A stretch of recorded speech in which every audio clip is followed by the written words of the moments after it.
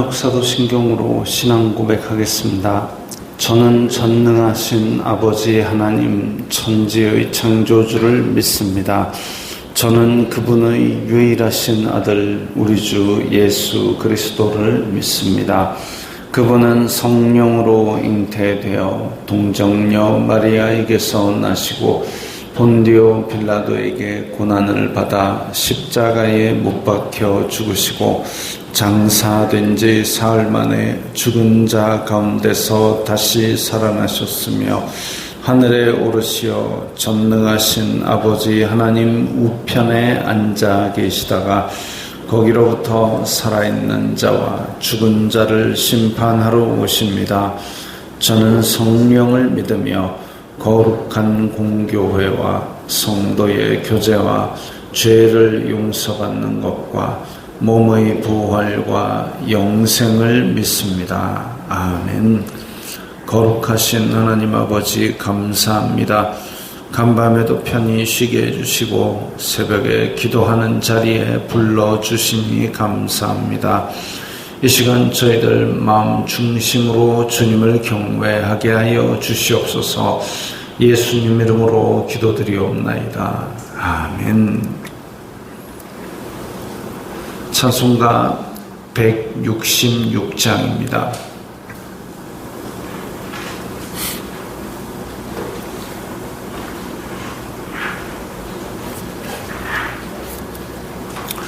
찬송가 166장입니다.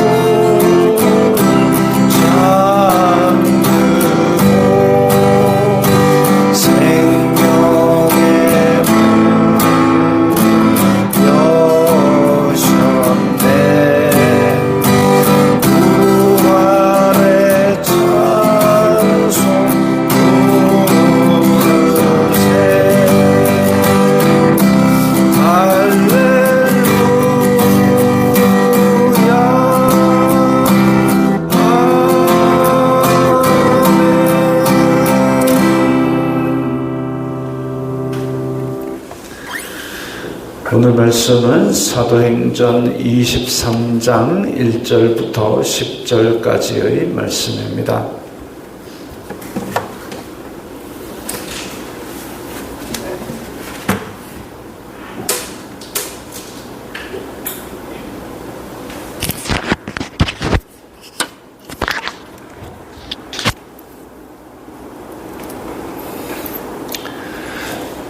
사도행전 23장 1절부터 10절까지의 말씀 함께 읽겠습니다. 바울이 공회를 주목하여 이르되 여러분 형제들아 오늘까지 나는 범사의 양심을 따라 하나님을 섬겼노라 하거늘 대제사장 아나니아가 바울 곁에 서 있는 사람들에게 그 입을 치라 명하니 바울이 이르되 회칠한 담이여 하나님이 너를 치시리로다. 내가 나를 율법대로 심판한다고 앉아서 율법을 어기고 나를 치라 하느냐 하니 곁에 선 사람들이 말하되 하나님의 대제사장을 내가 욕하느냐. 바울이 이르되 형제들아 나는 그가 대제사장인 줄 알지 못하였노라. 기록하였으되 너의 백성의 관리를 비방하지 말라 하였느니라 하더라. 바울이 그중 일부는 사두개인이요 다른 일부는 바리새인인 줄 알고 공회에서 외쳐 이르되 여러분 형제들아 나는 바리새인이요 또 바리새인의 아들이라. 죽은 자의 소망 곧 부활로 말미암아 내가 식문을 받노라. 그 말을 한즉 바리새인과 사두개인 사이에 다툼이 생겨 무리가 나누어지니 이는 사두개인은 부활도 없고 천사도 없고 영도 없다 하고 바리새인은 다 있다 함이라.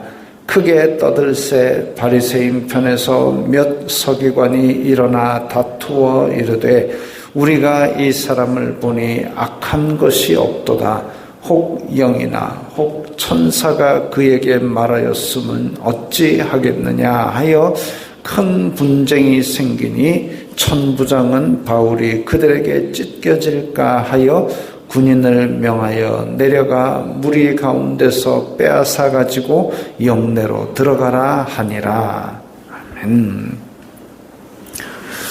천부장이 지금 공회를 모았습니다. 대제사장과 제사장과 그리고 공회원들, 이스라엘에서 높은 사람들 다 모아가지고 지금 이 사람이 도대체 무슨 죄를 지었기에 이렇게 큰 소동인가를 알아보기 위해서 모아놓았는데 바울이 공회에게 나는 범사의 양심을 따라 하나님을 섬겼노라. 자, 바울의 삶은 예전에 예수님 믿는 사람을 잡아 죽이던 그 시절에도 내 양심 속에서 이게 하나님을 믿는 최선이다라는 것을 향해서 달려왔던 것을 지금 고백하고 있습니다. 그 방향이 어쨌든 바른 길로 틀어졌지만 범사의 양심을 따라 하나님을 섬겼노라. 이게 우리 성도들의 삶의 자세죠. 사람이 보건 안 보건 교회 아니건 바뀌건 모든 일에 하나님 앞에서 양심의 거리낌이 없도록 그렇게 살아야 하는 것이 성도의 삶입니다. 물론 저도 이렇게 살지는 못하지만 이렇게 살기 위해서 애를 쓰는 거죠. 그리고 사실 이것보다 더 해야 됩니다. 왜?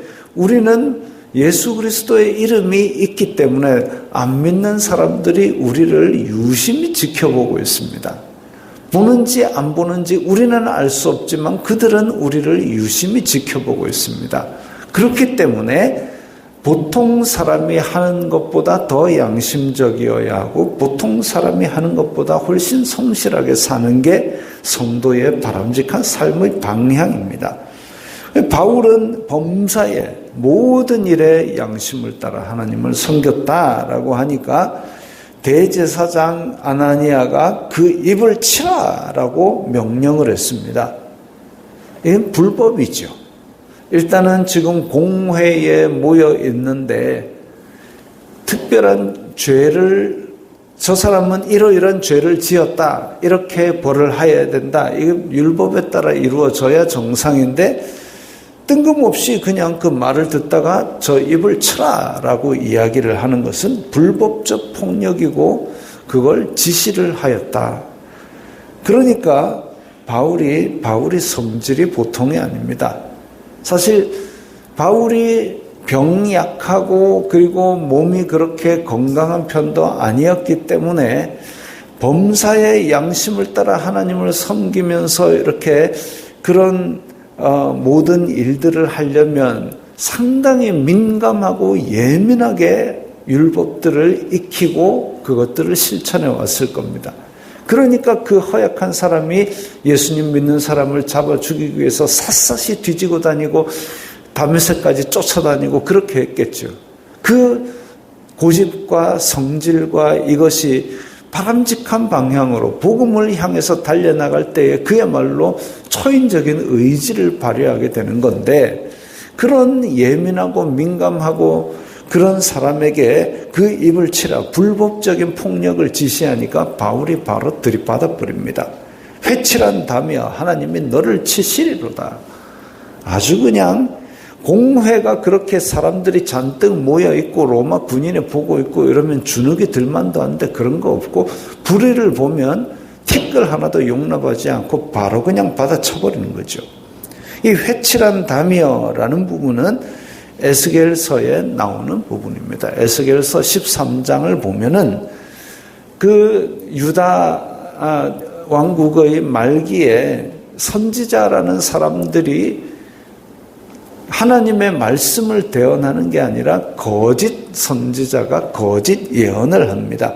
그래서 거기 나오는 표현을 보면 허탄한 것을 말하고, 그러니까 백성이 듣고 싶은 것만 살살살 복받아라 해가지고 그걸로 자기 배 채우고 있다는 거죠. 나라가 멸망당하는 그런 위기와 그리고 사회적으로 폭삭 썩어가지고 이 지위 고하를 막론하고 다 하나님의 법에서 떠나가지고 에스겔은 그 땅을 치면서 경고하고 있는데, 그 와중에 하나님의 선지자라는 이름을 달고 사람들이 듣고 싶어하는 것만 살살 간지러주는 그런 허탄한 것, 그리고 거짓된 점괘를 보며, 이 하나님의 선지자가 율법에 의하면 점치는 자는 다 돌로 쳐 죽이라 그랬는데 하나님의 선지자라는 이름을 달고 거짓된 점괘를 봐주고 또 자기 마음대로 예언을 하는 그런 사람들이 있었습니다. 그런 사람들을 향하여 에스겔은 불같이 뭐라 그러기를 회칠한다며 하나님이 너를 치시리로다. 담에 회칠이 다 떨어지고 담이 폭삭 무너져가지고 그 기초를 드러낼 때에 이 사람들이 어찌미냐라고 말할 정도로 그렇게 하나님이 치시리라는 그 말씀을 인용해서 대제사장을 들이받아 버립니다. 대제사장이 아니라 대제사장 할배라도 이 거짓 선지자의 역할을 하고 불법적인 이런 짓들을 하면 누구라도 바른 소리를 내는 게 맞지요. 공회에서는 아무도 그런 사람이 없었고 오직 바울만이 그 얘기를 했습니다. 그랬더니 다른 사람들이 야, 저 사람 하나님의 대제사장이야. 너 이제 큰일 났다 이거죠. 어떻게 하나님의 대제사장을 면전에서 그렇게 모독을 하냐. 근데 바울이 나는 몰랐다라고 이야기를 합니다. 대제사장의 예복을 입고 왔더라면 아마도 바울도 알았겠죠. 아니면 대제사장의 예복을 입고 왔는데도 불구하고 저렇게 불법을 행하는 거 보니까 너는 대제사장도 아니다라고 의지적으로 그렇게 무시를 했는지는 모르겠습니다만은 바울이 그렇게 대놓고 거짓말을 하지는 않았을 겁니다. 저는 예전에 읽을 때는 바울이 일부러 나는 몰랐다라고 그렇게 하는 줄 알았는데, 근데 바울이 이 성질을 가지고 율법을 지키던 사람이 대놓고 거짓말을 했을까? 그건 아닌 것 같습니다. 그래서 바울이 나는 그가 대제사장인 줄 알지 못하였노라. 이르되 너의 백성의 관리를 비방하지 말라. 이것도 구약 성경을 인용한 거죠. 대제사장을 들이받을 때도 성경을 인용하고 그것을 아이고 내가 잘못했다라는 것도 성경을 인용하고 범사의 양심을 따라 하나님을 섬기는 그 자세를 입에서 나오는 말에서도 다 그렇게 말씀을 인용하고 있습니다. 성경에서는 부모에게 순종하라, 또 관리에게 이렇게 비방하지 말고 위로부터 오는 권세는 하나님께서 주시는 것이니 권세에 복종하라, 이런 말씀을 계속 하셨습니다. 그럼에도 불구하고 이렇게 하나님의 뜻을 어그러뜨리고 불법을 행하는 이런 자들에 대해서는 굳이 순종할 필요가 없지요. 하나님을 떠나게 만들고 하나님의 법을 대놓고 어기는 이런 것에 대해서는 복종하거나 순종할 필요가 없습니다. 그 외의 경우라면 하나님 핑계 대지 말고 순종하고 복종하는 게 맞지요. 마치 그것과 같습니다. 구급차가 신호도 무시하고 차선도 무시하고 맨날 그렇게 다 무시하고 달리는 게 아니고 평소에는 다 지키고 다닙니다. 그러나 진짜 목숨이 위태로운 환자가 있을 때는 어쨌든지 제일 빠른 길로 병원에 도착하기 위해서 때로는 신호도 무시하고, 그리고 그렇게 지나가면 사람들이 다 비켜주지요. 그것과 똑같습니다. 우리가 하나님을 믿는 이 범사의 양심을 따라 하나님을 믿을 때에, 그럴 때에 도로교통법처럼 우리가 가는 길도 다 아주 합법적인 그런 타당한 행동을 하는 게 맞는데, 그럼에도 불구하고 우리 마음속에 아주 긴급한 일이 있을 때는 그 권세라든지 이런 것들이 하나님을 대적할 때는 그것을 뛰어넘는 모습을 보여주는 거죠. 왜? 더 중요하고 더 기본적인 목적을 위해서입니다. 자, 그러면서 바울이 보니까 공회 안에 사두개인과 바리새인이 있는데, 사두개인은 제사장 무리입니다. 제사장 무리이고, 그 제사장 무리들이 인정하는 것은 모세 오경만을 성경으로 인정합니다. 그러다 보니까 제사법 이런 거에 따라서 구약의 제사를 열심히 드리는 것까지는 괜찮은데 영혼, 천사, 부활 이런 것들은 인정하지 않았습니다. 왜냐하면 그런 것들을 인정하는 순간 이제 로마와 결탁하는 이런 짓 하지 말아야 되는 거거든요. 현세밖에 모르니까 현세에서 제사 열심히 드리고, 그리고 현세에서 부와 명예를 누리고, 그러니까 로마가 유다 왕국을 짓밟았는데도 로마와 결탁해가지고 제사만 드리게 해주면 너희들에게 다른 건 다 복종하겠다 해가지고 다 갖다 바친 이 매국노 같은 인간들이었습니다. 이 제사장과 사두개인들이 그랬고, 바리새인들은 일상의 모든 삶의 영역, 그러니까 어느 마을에도 다 들어가 있습니다. 바리새인은 동네에서 율법을 가르쳐주는 어른입니다. 우리나라의 옛날 훈장같이 그렇게 각 마을에 있으면서 각자 자기 일을 하면서 율법을 공부해서 그렇게 백성들에게 율법을 내가 이렇게 실천하니까 이렇게 지키면 됩니다, 이걸 가르치는 사람들이에요. 그리고 이 사람들이 어떤 어려운 문제가 있을 때는 전국에서 모여가지고 바리새인들의 모임에서 율법을 어떻게 하면 이런 상황에서 이렇게 지킬 수 있을까요? 안식일에 너희들 걸어다니는 거 일인데 그럼 몇 걸음까지가 일이고 몇 걸음까지는 일을 안 쳐줄까요? 이런 것들을 결정하는 사람들이 바리새인입니다. 그런데 이 사람들은 그렇게 율법을 일상생활 속에 잘 지키기 위해서 그 선지자의 글들과, 그러니까 모세 오경 말고도 선지자의 글들과 역사서들과 그리고 시편과 이런 모든 성경들을 다 하나님의 말씀으로 받아들이면서 유대인들의 전승과 그리고 천사와 부활 다 믿고 있었죠.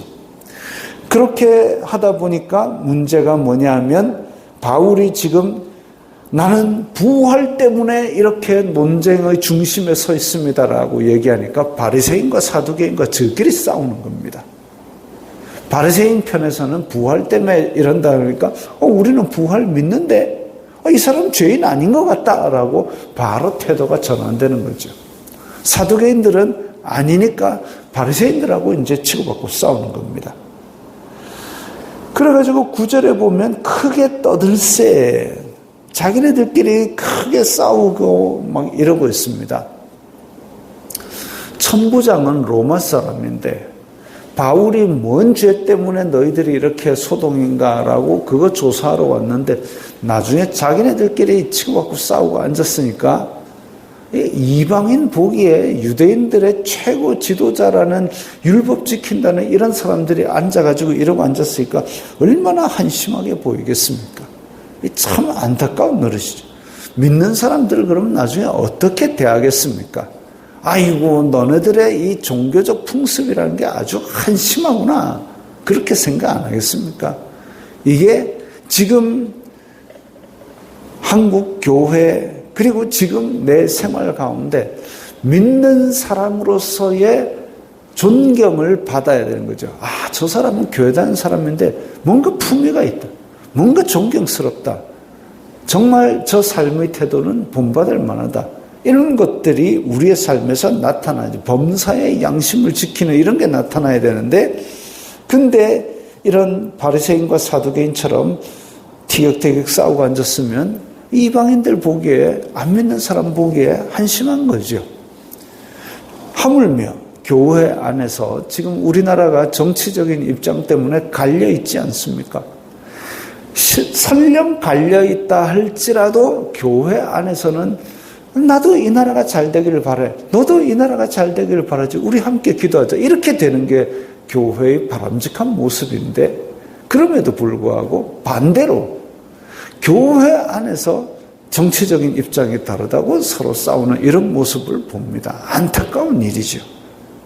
그랬을 때에 이 정치적인 입장이 같다고 태세 전환해서 그 사람을 무조건 좋게 볼 것이 아니라 범사의 하나님, 범사의 양심을 따라 하나님을 섬기면서 내가 지지하는 입장이 하나님의 입장과 반대될 때는 그를 위한 비판의 목소리를 크게 내는 것도 기독교인의 이 공적인 영역입니다. 오히려 내가 반대하는 입장은 뭘 하든지 간에 내가 지지하는 입장의 사람이 하나님의 법에 틀린 목소리를 낼 때는 그게 아니지 않소 라고 이야기를 하는 것이 성도들의 공적인 영역입니다. 그리고 그게 이 사회의 양심이 되는 거죠. 그랬을 때에 우리 초대교회 성도들은, 한국교회의 성도들은 존경을 받았습니다. 오늘날도 그와 같이 이 승리하고 부활하신 예수 그리스도를 전하는 그 한 목적, 그 최고의 목적 아래에 있는 다른 것들은 이제 우리의 양심의 이 판단으로서 다 접어놓고 오직 예수 그리스도의 법이 내 삶에서 흘러나오고 예수 그리스도의 복음이 내 삶에서 흘러나오는 이 원론적인 목적을 찾아서 우리가 일상생활 가운데 범사의 예수 그리스도로 살아야 되겠습니다. 기도하겠습니다. 거룩하신 아버지 하나님 감사합니다. 저희들이 사나 죽으나 물을 마시나 음식을 먹으나 오직 나에게서 드러나는 것은 범사의 예수 그리스도의 복음이 되게 하여 주시옵소서. 예수님 이름으로 기도드리옵나이다. 아멘.